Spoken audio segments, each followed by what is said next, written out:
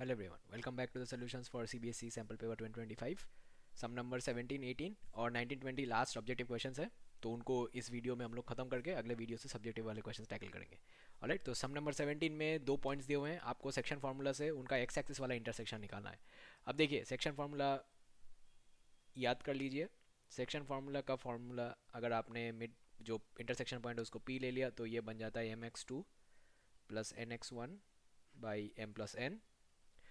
और similarly y2 और y1 भी बनेगा, बट इस पर्टिकुलर प्रॉब्लम के लिए हमारा पॉइंट एक्स एक्सिस के ऊपर ही है, राइट? तो y कोऑर्डिनेट जीरो हो जाएगा।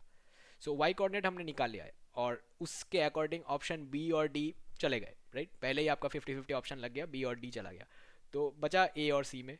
तो वैल्यू पुट करके देख लेते हैं। पॉइंट्स क्या है? ए है 2, -3, तो यहाँ से मिल जाएगा हमको x1 इक्वल टू 2, और b हमारा पॉइंट 5, 6 है, जिससे हमको मिल जाएगा x2 इक्वल टू 5। और m तो 1 है और n 2 है, राइट? 1:2 रेशियो दिया हुआ है, तो ये इक्विवेलेंट होगा।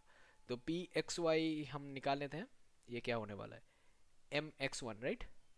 सो 1 × 5 प्लस 2 × 2 डिवाइडेड बाई 1 + 2, 0। तो ये बन जाएगा 5 + 4 9/3। इसका मतलब हो गया ना 3, 0। तो ये बन जाएगा option C. Alright, just simple calculations थे, आपने उसको सही से किया तो फिर नो प्रॉब्लम। नंबर 18 प्रोबेबिलिटी वाला सम है। आपको कार्ड के डेक का नॉलेज चाहिए, ठीक है? अ card is drawn from a well shuffled pack of playing cards, the probability of getting a red face card. तो फेस कार्ड्स कितने होते हैं? टोटल 13 कार्ड्स होते हैं हर स्वीट में, और एस से लेके 10 तक 10 कार्ड्स हुआ, और फिर किंग क्वीन जैक, राइट? तो तीन फेस कार्ड्स हैं। राइट, अगर तीन फेस कार्ड्स है आपके पास, तो चार सूट्स है टोटल, तो 12 फेस कार्ड्स होने चाहिए। बट 12 फेस कार्ड्स में 6 ब्लैक हैं और 6 रेड है। राइट, तो आपके पास रेड फेस कार्ड्स कितने होंगे? ये तो स्ट्रेट फॉरवर्ड है। रेड फेस कार्ड्स ये आपके पास होंगे 3 + 3 6, क्योंकि आपके पास हार्ट्स में से आएगा किंग क्वीन, और इससे अच्छा हम लोग इसको सिंबल ड्रॉ कर देते हैं। तो हार्ट्स में से आएगा आपके पास किंग क्वीन और जैक, और फिर डायमंड में से भी आपको मिलेगा किंग क्वीन और जैक। तो इसका प्रोबेबिलिटी आपके पास, probability of red face cards, ये बन जाएगा 6/52। 2 से कटेंगे तो 3/26। ये वाला है ऑप्शन डी। ऑलराइट, ज़्यादा डिफिकल्ट नहीं था, बट आपको कार्ड्स का आइडिया होना चाहिए, ठीक है? ये आप लोग एक बार पढ़ेंगे या फिर एक बार एक्चुअली कार्ड्स का स्वीट देख लेंगे तो आपको हमेशा याद रह जाएगा। इसमें कोई गलती नहीं होना चाहिए, ठीक है? बाकी दो ऑब्जेक्टिव क्वेश्चन जो बचे हुए हैं वो असर्शन रीजन टाइप के हैं, उनको भी देख लेते हैं। असर्शन रीजन में देखिए, ये चारों ऑप्शंस कॉमन है दो क्वेश्चंस के लिए ही, ठीक है? अगर असर्शन भी सही है, रीजन भी सही है, तो असर्शन सही है, रीजन सही है, और रीजन असर्शन के लिए फिट होता है, तो ऑप्शन ए मार्क कीजिए। असर्शन सही है, रीजन सही है, बट रीजन असर्शन को हेल्प नहीं करता है, तो बी मार्क कीजिए। ए सही है, आर गलत है, तो सी मार्क कीजिए। ए गलत है, आर सही है, तो आप डी मार्क कीजिएगा, ठीक है? सम नंबर 19 देखते हैं। सम नंबर 19 में क्या पूछा गया हुआ है? HCF of any two consecutive natural numbers is always 2। सही है, राइट?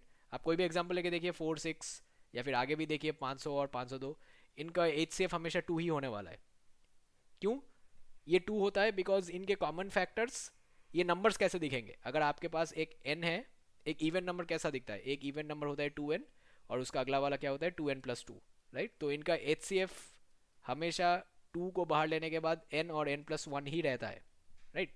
अगर मैंने कॉमन ले लिया तो यहाँ पे HCF हमेशा 2 ही रहेगा, क्योंकि जब आप इसको डिवाइड नहीं करेंगे, तो इन दोनों में से अगर आपको कॉमन लेना है तो आप 2 कॉमन लेके n और n+1 लिख सकते हैं, राइट?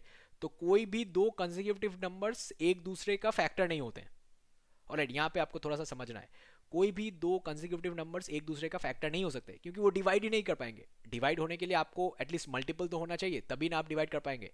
4 2 का मल्टीपल है, तभी ना 2 4 को डिवाइड करता है, राइट? सिमिलरली 50 5 का मल्टीपल है, इसीलिए 5 50 को डिवाइड करता है। तो n+1 कभी n का मल्टीपल हो ही नहीं सकता, क्योंकि जस्ट उसके बाद है। ऑलराइट, और 1 के लिए हम लोग ये केस डील नहीं कर रहे, बिकॉज 1 तो ऐसे ही इवन नंबर नहीं है, तो यहाँ पे कट गया।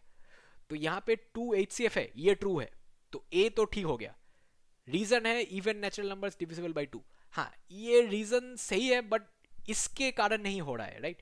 कारण क्या था जो मैंने आपको बताया, क्योंकि कोई भी नंबर अगले नंबर का फैक्टर नहीं बनता है, इसीलिए आप HCF 2 निकालने के बाद जो रिमेनिंग पार्ट्स होते हैं वो एक दूसरे को डिवाइड नहीं करेंगे।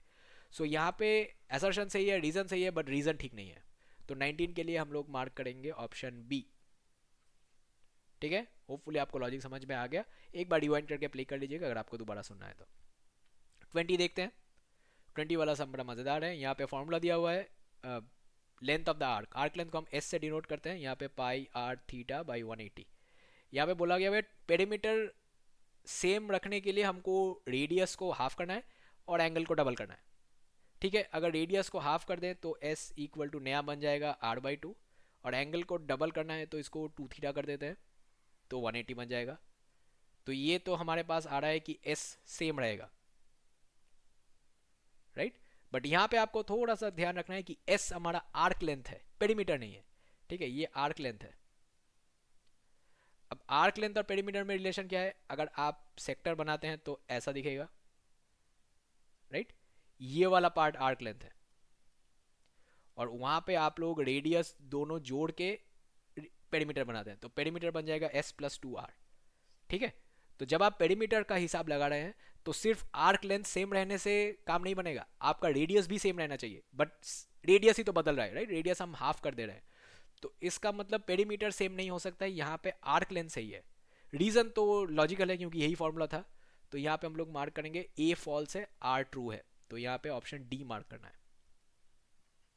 ऑलराइट, होपफुली आपको ये लॉजिक भी समझ में आ गया। ऐसा रीजन वाले क्वेश्चंस आपको दोनों स्टेटमेंट्स को इवेलुएट कराता है बस, क्योंकि देखिए जब आप नॉर्मल एमसीक्यू कर रहे हैं तो आप सिर्फ फ्लैटिश देखेंगे, उसको इवेलुएट करेंगे, आंसर मार्क करेंगे। बट ऐसा रीजन में आपको पहले दोनों को इवेलुएट करना है, ट्रू फॉल्स देखना है, और फिर दोनों का रिलेशन भी देखना है। तो बेसिकली आपको 3 एक्शंस करने हैं एक आंसर के लिए, इसीलिए असर्शन रीजन वाले क्वेश्चन थोड़े से कॉम्प्लिकेटेड होते हैं, बट ये वाले आसान है।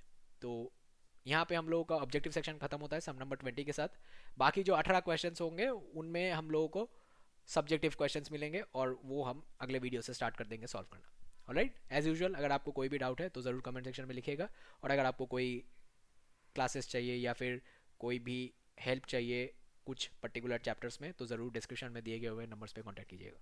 ऑलराइट, अगले वीडियो में मिलते हैं, सब्जेक्टिव क्वेश्चन सोल्यूशन करेंगे।